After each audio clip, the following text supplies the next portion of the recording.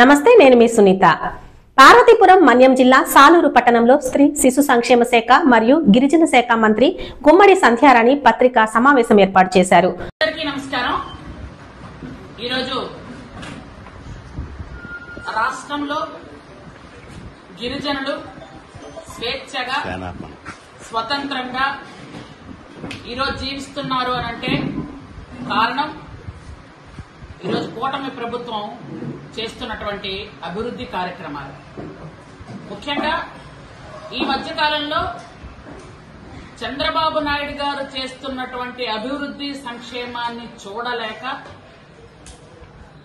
వాళ్ళ ఉనికిని కోల్పోతున్నారు అని ఒక బాధతో ఈ మధ్యకాలంలో అరకు పాడేరులో ఒక విషబీజాన్ని నాటాలని ప్రయత్నం చేస్తున్నారు.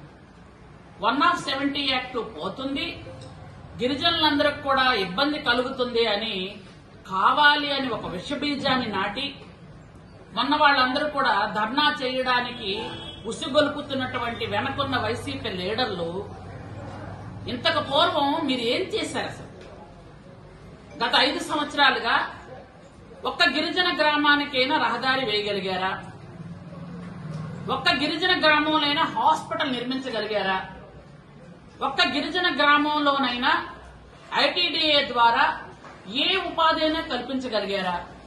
ఒక్క గిరిజన గ్రామంలోనైనా ట్రైకా రుణాలు ఇప్పించగలిగారా?